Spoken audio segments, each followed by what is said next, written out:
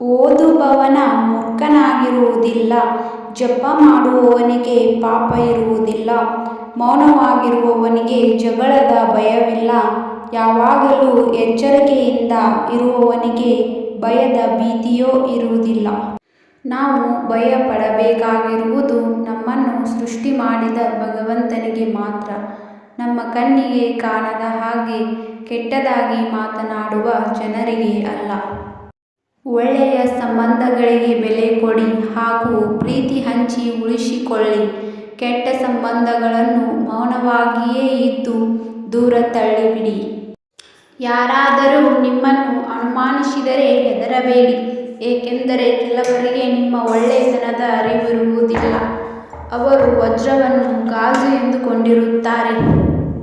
ಒಂದು ವೇಳೆ ಯಶಸ್ಸನ್ನು ಸಾಧಿಸಲು ದೇಹ ದುರ್ಬಲವಾಗಿರಬಹುದು, ಬುದ್ಧಿವಂತಿಕೆ ಮತ್ತು ಕಾರ್ಯಸಾಧನೆಯ ಸಾಮರ್ಥ್ಯ ಇದ್ದರೆ ಸಾಕು, ನೀವು ಏನನ್ನಾದರೂ ಸಾಧಿಸಬಹುದು. ನೀವು ಸಂತೋಷದಿಂದ ಇರುವುದೇ ನಿಮ್ಮ ಶತ್ರುಗಳಿಗೆ ಕೊಡುವ ದೊಡ್ಡ ಶಿಕ್ಷೆ. ಮನೆಯ ಅಡಿಪಾಯ ಗಟ್ಟಿಯಾಗಿದ್ದರೆ ಮನೆಯು ಮುರಿದು ಬೀಳುವುದಿಲ್ಲ. ಹಾಗೆ ಜೀವನದಲ್ಲಿ ನಂಬಿಕೆ ಎನ್ನುವ ಅಡಿಪಾಯ ಗಟ್ಟಿಯಾಗಿದ್ದರೆ ಸ್ನೇಹ, ಪ್ರೀತಿ, ಸಂಬಂಧಗಳು ಮುರಿದು ಬೀಳುವುದಿಲ್ಲ. ಸುಳ್ಳು, ಮೋಸ, ವಂಚನೆ ಇವು ಎಲ್ಲವೂ ದೇವರ ಬಳಿ ಸಾಲ ಪಡೆದಂತೆ. ಒಂದಲ್ಲ ಒಂದು ದಿನ ಬಡ್ಡಿ ಸಮೇತ ಕಟ್ಟಲೇಬೇಕು. ಸತ್ಯ, ಧರ್ಮ, ನ್ಯಾಯ, ನೀತಿಗಳು ದೇವರ ಉಳಿತಾಯ ಖಾತೆಗೆ ಜಮಾ ಮಾಡಿದಂತೆ. ಕಷ್ಟಕಾಲದಲ್ಲಿ ಇವೆಲ್ಲವೂ ಸಹಾಯಕ್ಕೆ ಬರುತ್ತವೆ. ಮನುಷ್ಯನಿಗೆ ಅಹಂಕಾರ ಬರಲು ಕಾರಣವೆಂದರೆ ರೂಪ, ಯೌವನ, ಅಧಿಕಾರ ಮತ್ತು ಸಂಪತ್ತು ಹಾಗೂ ಖ್ಯಾತಿ. ಇವೆಲ್ಲವೂ ಯಾವತ್ತಿಗೂ ಶಾಶ್ವತವಲ್ಲ ಎಂಬುದು ನಮಗೆ ತಿಳಿದೇ ಇದೆ. ಇವು ಎಲ್ಲವೂ ಶಾಶ್ವತವಲ್ಲ ಎನ್ನುವ ಅರಿವು ಇದ್ದಾಗ ಮಾತ್ರ ಆಗ ಅವರು ಮೃದುವಾಗಿ ವರ್ತಿಸುತ್ತಾರೆ ಹಾಗೂ ವಿನಯವಂತರಾಗಿ ಬದಲಾಗುತ್ತಾರೆ.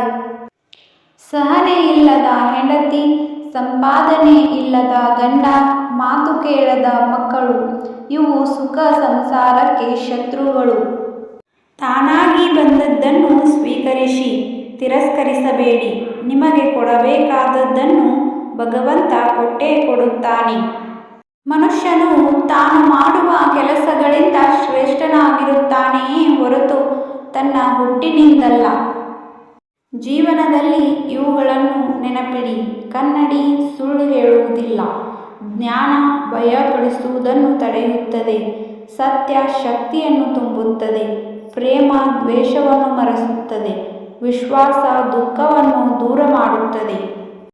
ಅತಿ ದೊಡ್ಡ ಗುರು ಮಂತ್ರವೆಂದರೆ ಯಾವುದೇ ಕಾರಣಕ್ಕೂ ಬೇರೆಯವರೊಂದಿಗೆ ಏನನ್ನೂ ಹಂಚಿಕೊಳ್ಳಬೇಡಿ. ಒಂದು ವೇಳೆ ಹಂಚಿಕೊಂಡದ್ದ ಆದರೆ ನಿಮ್ಮ ಸಮಾಧಿಯನ್ನು ನೀವೇ ತೋಡಿಕೊಳ್ಳುತ್ತೀರಿ. ಮುಟ್ಟಿ ಕೆಟ್ಟವನು ಇಂದ್ರ, ಮುಟ್ಟದೆ ಕೆಟ್ಟವನು ರಾವಣ, ಹೇಳಿ ಕೆಟ್ಟವನು ವಿಶ್ವಾಮಿತ್ರ, ಹೇಳದೆ ಕೆಟ್ಟವನು ಹರಿಶ್ಚಂದ್ರ, ಕೊಟ್ಟು ಕೆಟ್ಟವನು ಕರ್ಣ, ಕೊಡದೆ ಕೆಟ್ಟವನು ದುರ್ಯೋಧನ. ನೀನು ಏನೇ ಮಾಡಿದರೂ ಈ ಪ್ರಪಂಚ ನಿನ್ನನ್ನು ಕೆಟ್ಟವನು ಎನ್ನುತ್ತದೆ. ಆದರೆ ಬೇರೆ ಯಾರಿಗೂ ನೋವು ಕೊಡದೆ ನೀನು ನಿನ್ನ ಪಾಡಿಗೆ ನೀನು ಇದ್ದು ಜೀವಿಸಿದರೂ ಈ ಪ್ರಪಂಚ ಏನಾದರೂ ಒಂದು ಅನ್ನುತ್ತಲೇ ಇರುತ್ತದೆ. ಸಂಬಂಧ ಕಳೆದು ಹೋದರೂ ಸಹ ನಿಜವನ್ನೇ ಹೇಳಿ. ಸುಳ್ಳು ಹೇಳಿ ನಂಬಿಕೆಯನ್ನು ಮಾತ್ರ ಕಳೆದುಕೊಳ್ಳಬೇಡಿ.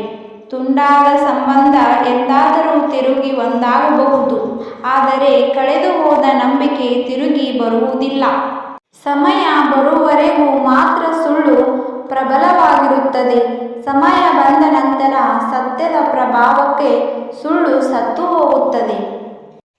ಕೈಲಾಗದ ಶತ್ರುವಿನ ಆಯುಧವೆಂದರೆ ನಿಮ್ಮ ಬಗ್ಗೆ ಅಪಪ್ರಚಾರ ಮಾಡುವುದು. ಅವರವರು ಮಾಡಿದ್ದು ಅವರವರೇ ಅನುಭವಿಸುತ್ತಾರೆ, ಅದು ಒಳ್ಳೆಯದಾಗಲಿ ಕೆಟ್ಟದಾಗಲಿ. ನಾವು ಯಾರಿಗೂ ಕೆಟ್ಟದ್ದು ಬಯಸದೆ ಸುಮ್ಮನಿದ್ದು ಕಾದು ನೋಡಬೇಕಷ್ಟೇ. ಅನ್ನದಾನ, ವಿದ್ಯಾದಾನಕ್ಕಿಂತ ಶ್ರೇಷ್ಠವಾದ ದಾನ ಮತ್ತೊಂದಿಲ್ಲ. ಪ್ರತಿಯೊಂದು ವಸ್ತುಗೂ ಬೆಲೆ ಕಟ್ಟುವಷ್ಟು ಶ್ರೀಮಂತನಾಗು, ಆದರೆ ಬೆಲೆ ಕೊಡದಷ್ಟು ಬಡವನಾಗಬೇಡ. ಕಬ್ಬಿಣವನ್ನು ಯಾರೂ ನಾಶ ಮಾಡಲು ಸಾಧ್ಯವಿಲ್ಲ, ಆದರೆ ಅದರೊಳಗಿನ ತುಕ್ಕು ಮಾತ್ರ ಅದನ್ನು ನಾಶ ಮಾಡಬಲ್ಲದು. ಹಾಗೆಯೇ ಒಬ್ಬ ವ್ಯಕ್ತಿಯನ್ನು ಬೇರೊಬ್ಬರು ನಾಶ ಮಾಡಲು ಸಾಧ್ಯವಿಲ್ಲ. ಆ ವ್ಯಕ್ತಿಯ ಮನಸ್ಥಿತಿಯೋ ಅವನನ್ನು ನಾಶ ಮಾಡಲು, ಉದ್ಧಾರ ಮಾಡಲು ಕಾರಣವಾಗುತ್ತದೆ.